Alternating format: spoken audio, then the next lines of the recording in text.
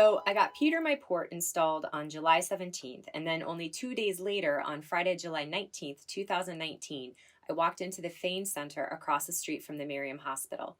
This is where lots of fun things happen, including chemo infusions, which happened every other week for me. Now, with my type of cancer, stage 3 adenocarcinoma of the rectum with 3 suspicious nodes, the treatment protocol begins with 8 cycles of chemotherapy. The first thing I learned about chemo is that no two chemos are alike. And with the type of chemo I was going to have, my special side effect was sensitivity to cold. And I don't mean that cold stuff bothered me a little bit. I mean that the AC in my car on the way home from a chemo treatment literally hurt my hands.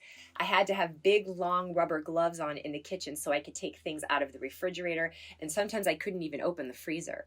It was as if my hands were being repeatedly pierced with little ice daggers over and over. I had to wear gloves on the way to work because my car was too cold.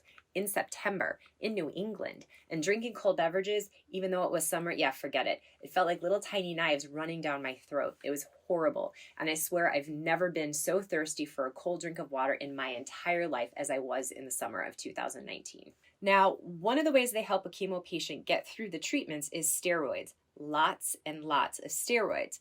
I have no idea what they gave me or how much, but let me tell you, when I got home from chemo, I was hungrier than I have ever been at any other time in my life. I would just eat and eat, and sometimes I wouldn't be able to sleep because I was so wired from all of the meds. My oncologist said that as long as I didn't murder my husband or my children, it was okay. I actually have a dear friend who unfortunately lost her battle with breast cancer that would wait to clean her house until the day after chemo because of all of the steroids. Now, another fun fact about my chemo is that after my 4 to 6 hour infusion at the cancer center, I was given a take-home chemo pack. And what that means is that I got to stay connected to my chemo medication using a travel pump that we named Penelope. She would sit in this fancy little hip sack for another 46 hours before I got to remove her. This also meant my port was working overtime once I left the clinic. My chemo nurse would wrap me up with a bunch of paper tape around my port and the magic chemo tube because I'm allergic to adhesive. So not fun ever, but even worse when you have chemo. And I'd walk around for 2 days with a pile of bandages on my chest. And I, of course, couldn't shower. So by the 46-hour mark on Sundays, I could not wait to disconnect myself from my port and take a long, hot shower. Chemo itself was exhausting, but that take-home stuff just did me in every single treatment. Now, the other thing I got lots and lots of was anti-nausea medication. The one that we started with is called Compazine, and it was super effective at managing my nausea because chemo really does make you feel sick all the time. Okay, so I go to my first chemo treatment. I meet with my oncologist for a few minutes where she reviewed my blood work I had done that morning, and then she sends me over to the chemo unit. I figured since I was going to be there for hours, I might as well get some work done, so I had my laptop with me. The first chemo session seemed so easy. I was in a pretty cheerful mood, it didn't really hurt, and although they kept telling me that the side effects were cumulative, I felt okay, so I thought maybe I wouldn't have it so bad. I remember getting into the car afterwards, all hooked up to my take-home chemo and thinking, my hands feel funny. And then I realized I sort of felt funny all over. By the time I got home, I was definitely feeling off. I went to get my bags out of the car, and as I leaned over, I suddenly lost vision in one eye. So I figured I was either stroking out or I was about to get a migraine. I had a few more auras like that throughout the evening, but nothing else came of it, and so I didn't really worry about it. Oh, and my legs felt like restless. I had a really hard time staying comfortable in any position, and this feeling definitely got worse and worse. Now, the cold sensitivity lasted about 10 days for me. Then I'd have a few days of feeling normal, and I would always eat ice cream on chemo eves. And then I'd be back to feeling just, gross and tired. So tired and run down and cloudy and just not like myself. I figured this is what chemo was going to be like for me, so I just did my best to suck it up. The next 2 weeks seemed to fly by, and then it was time for chemo again.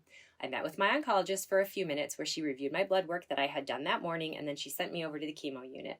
I figured since I was going to be sitting there for hours, I might as well get some work done, so I had my laptop. The second chemo session also seemed easy.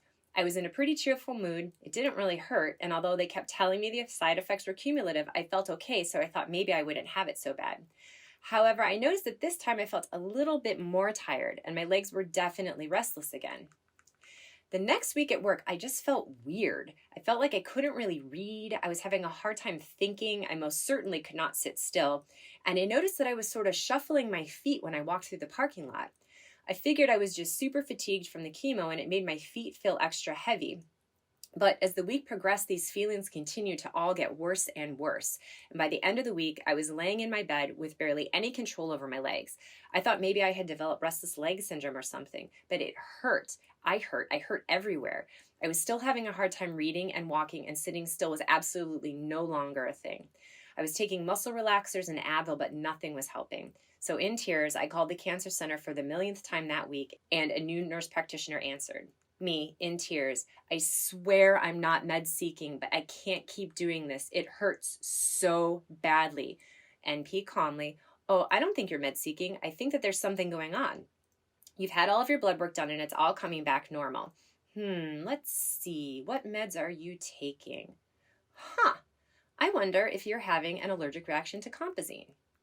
Now, compazine was the magic anti-nausea drug that blew Zofran out of the water for my nausea and for my nausea only. So that day she switched me back to Zofran, and literally within 48 hours I felt fine, like nothing had ever happened. I later had a provider say almost matter-of-factly that I had Parkinsonian-like symptoms, and when I thought about it, that's pretty much how I felt, or at least how I imagine it would feel. Okay, so to recap. After my first chemo treatment, I thought I was stroking out, but nope, I was okay. After my second chemo treatment, I basically had temporary Parkinson's, but nope, I was okay again. And so it was at this point that I really thought I had chemo under control and that the next 6 cycles were going to be cake. Boy, oh boy, was I ever wrong. And we'll get into my last phase of chemo next time. Thank you so much for taking the time to hear my story. Please use this as a reminder to get all of your screenings when they are due, regardless of what screening it is. Even your annual blood work counts. And please remember that regardless of your circumstances, you have the ability to choose to be happy, and that you have the ability to mine your light. I can promise you that the light from those around me, even those that had no idea I had cancer, which includes many of you, is absolutely what kept me going and what allowed me to heal myself. I thank you all so, so much. Namaste, my friends.